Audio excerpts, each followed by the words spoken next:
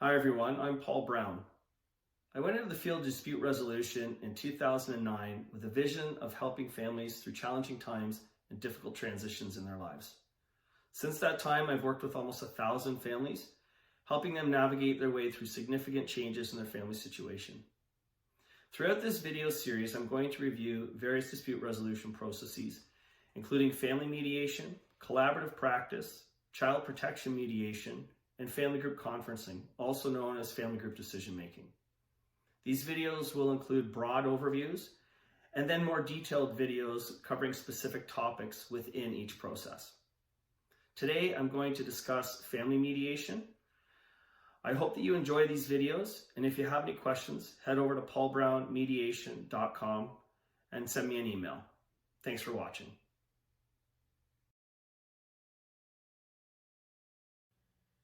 The family mediation process can be broken down into 3 stages. There's the intake phase, joint mediation sessions, and then the memorandum of understanding. The intake is a confidential appointment between you and me, and it's an opportunity for you to tell me your story. By hearing your story directly from you, it helps me determine whether or not I can be helpful to your family. In general, I'll book the intakes after I've heard from both people. I don't like to book the appointment just based on hearing from one person because I want to make sure that both people are interested in doing mediation and you want me to be your mediator. Sometimes one person might book and then the other one never calls in, and then you've just wasted your time and money, and I don't want that to happen. The order in which we book our intakes usually doesn't matter to me, so I base it on calendar availability. We look at your calendar, look at my calendar, whatever time works for us to meet, that's when we'll have our confidential intake appointment. And intakes last about an hour, but it's not set that it has to be an hour. So it might be a little less and it might be a little bit more.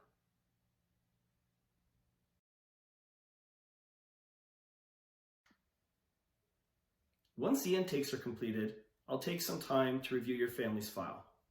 This is to determine whether or not I feel I can be helpful to your family and to figure out if I need to make any special arrangements for the joint mediation sessions. So some of those arrangements might be that I have people in separate rooms for those group meetings, or I might suggest that you bring a support person to those meetings. Once I've decided that I'm going to continue working with your family, my office will reach out to you to schedule that first joint mediation session. Usually we book around 3 hours, but we can always make that appointment a little bit longer or a little bit shorter if need be. Also, depending on your family's situation, we might need more than just one joint mediation session.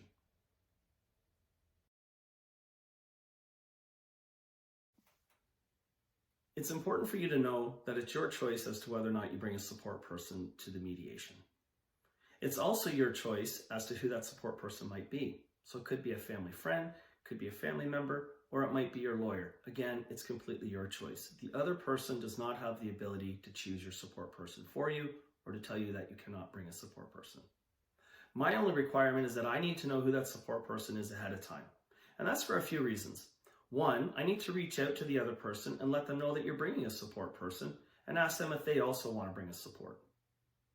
I also don't want them showing up for the mediation and you have a support with you and they're completely surprised by that.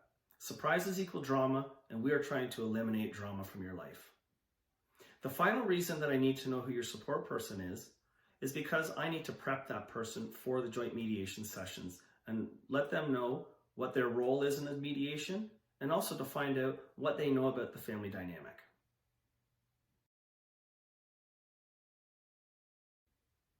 One thing to keep in mind is that life changes. We don't have a crystal ball and we can't predict the future. So the agreement that works for you now might not work for you in a couple of years. When we think about children, their needs are always changing. So the needs of a 2-year-old are very different than the needs of a 4-year-old and a 5-year-old. So it's very common for people to come back to me a year later, sometimes 2 years later, for another mediation session. We're not having to do a complete mediation. We're just focusing on 1 or 2 issues. And I call this a top-up. So whether that means that you're looking to change some schedules based on the needs of the children being different, or perhaps someone's moving, or maybe there's been some health situations that need to be discussed. It's very common for people to come back to mediation again. And just because you're returning to mediation doesn't mean the situation has gotten worse. It just means that the situation has changed. I hope that you found this video useful and got something positive from it. If you'd like more information, please head over to paulbrownmediation.com. As I said, you can send me an email there, and if you have any comments, you can put them in the comments section below. Thanks for watching.